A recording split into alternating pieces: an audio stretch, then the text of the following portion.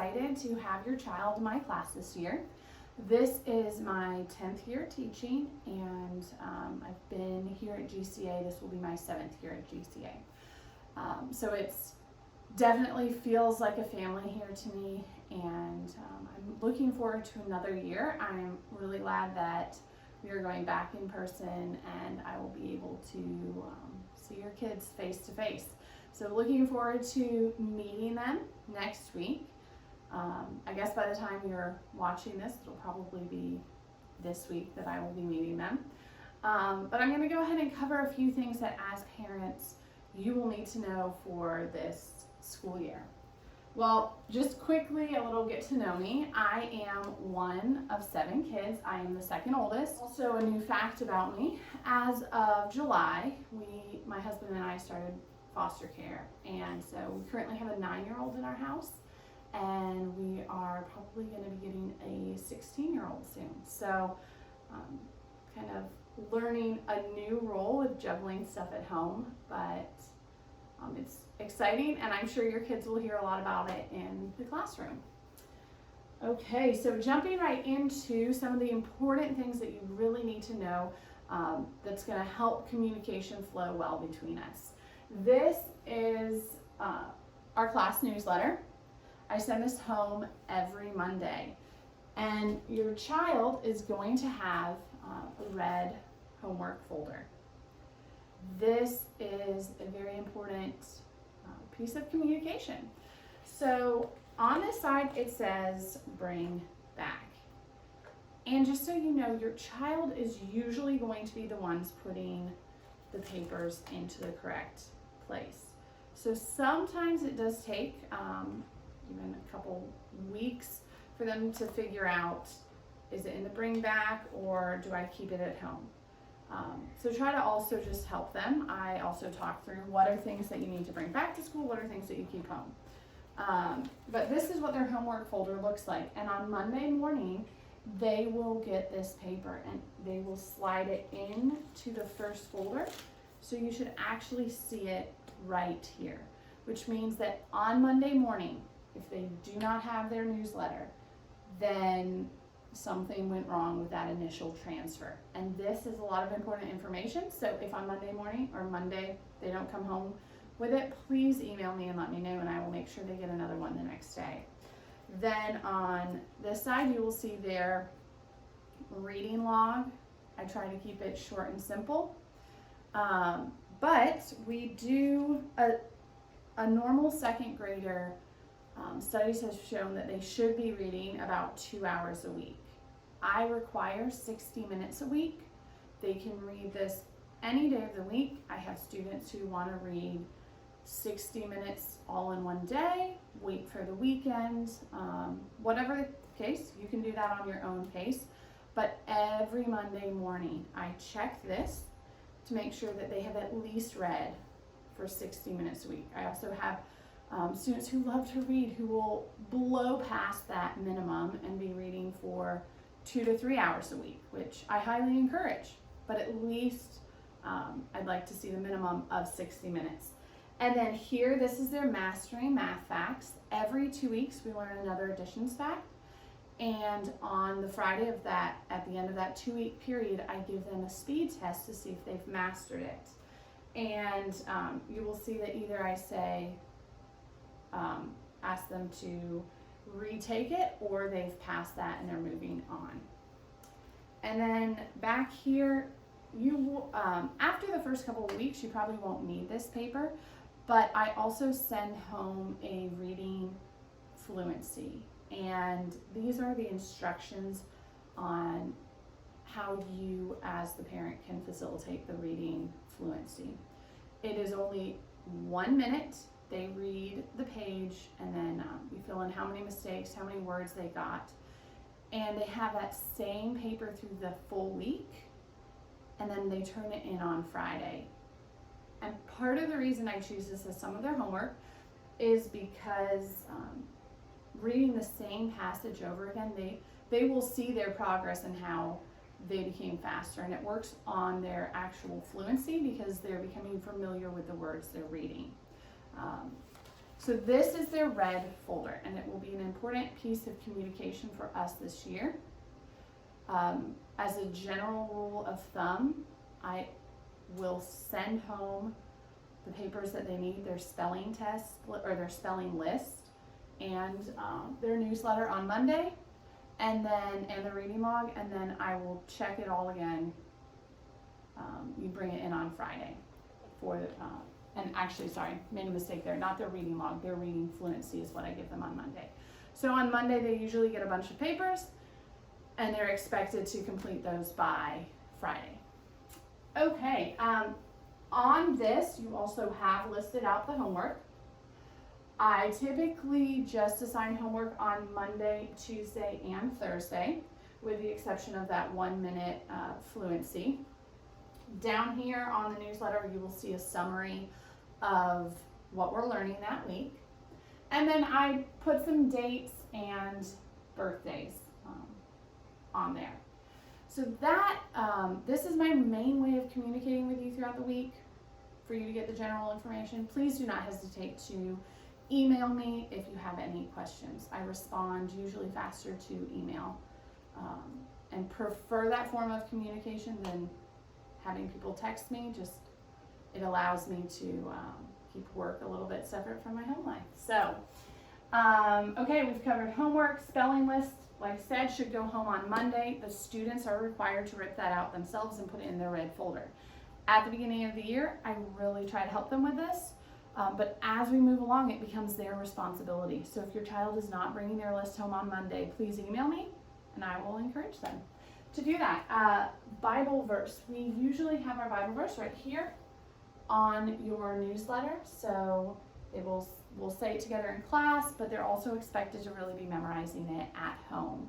And then Friday morning, I will have them say it to me. We already covered reading logs, volunteering. So volunteering is going to look a bit different this year. For the first 9 weeks of school, they are not going to allow parents to come into school, which I know is hard also for the first day of school. If you feel like your child needs a little extra help transitioning into the classroom on that first morning, or you're concerned about them, feel free to email me about that, and I can look out for them that first morning. But we will, as the year goes on, as long as we are able to keep inviting parents into the school, we will invite you to major events and field trips. We love when parents can be a part of those. And then hopefully we will get to a point where if you want to come and help me in the classroom with something, or you want to volunteer in the lunchroom, that you'll be able to do that. And then communication. Already said, email is the best way to reach me. Check their red folder every night. I know it can be tedious, but please do that. And as a general rule of thumb, they will have homework Monday, Tuesday, and Thursday. So be looking for that.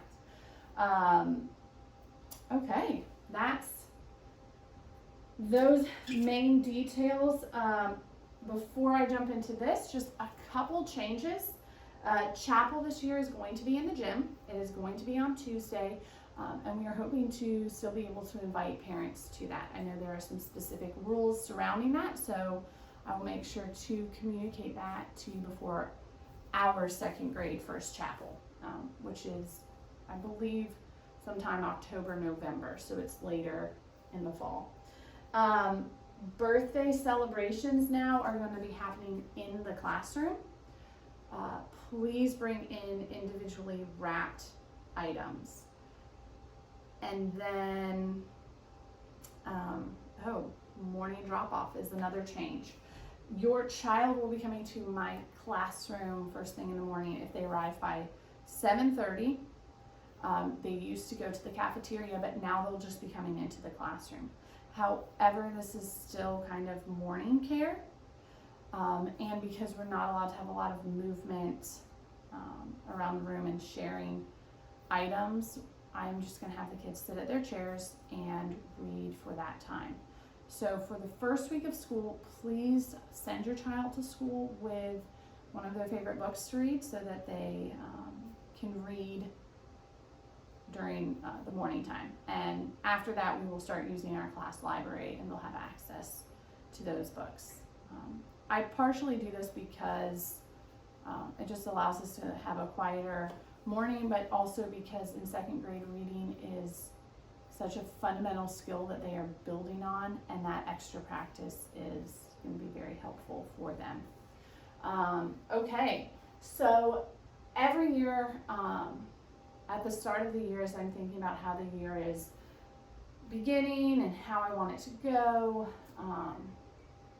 I feel like the Lord has been gracious to always give me a verse to meditate on.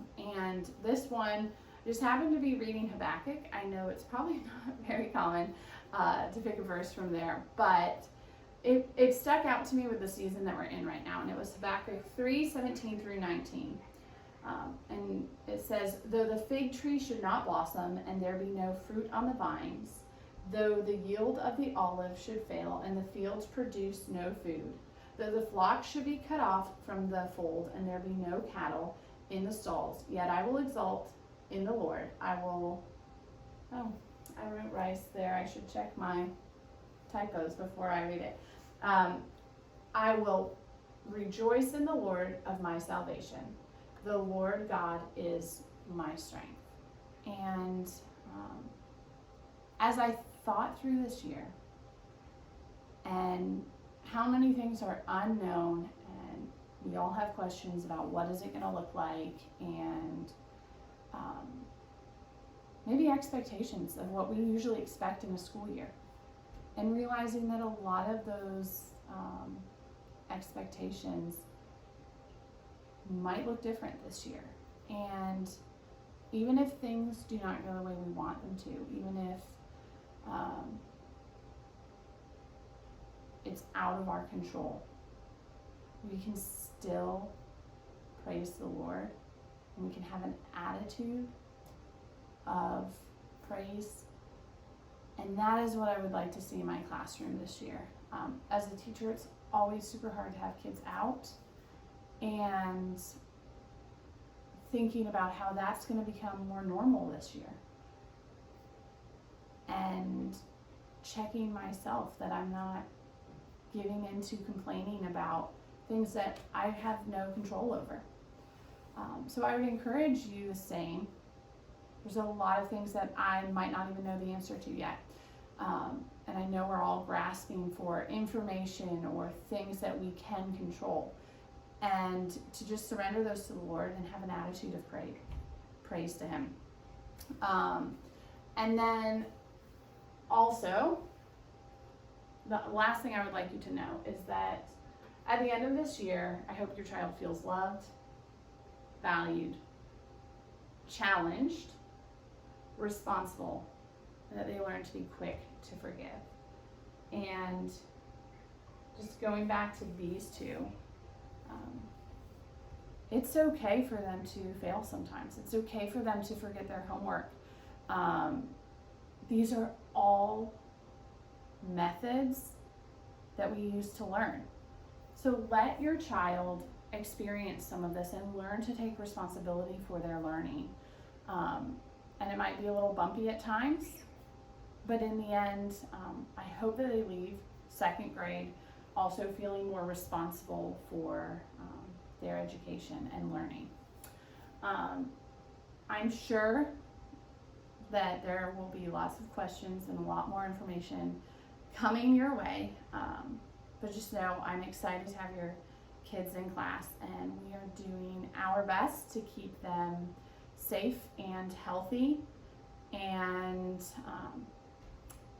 just to add, if your child is sick, please email me if they are not coming in that day, because there can usually be a little bit of a delay between the front desk and the classroom, and it'll just help with making the day run more smoothly and getting you what you need. So it's okay to over communicate this year, because I think we're going to need it. But looking forward to a great year ahead, and I definitely appreciate your prayers for their health and just wisdom on behalf of our faculty here. So thank you.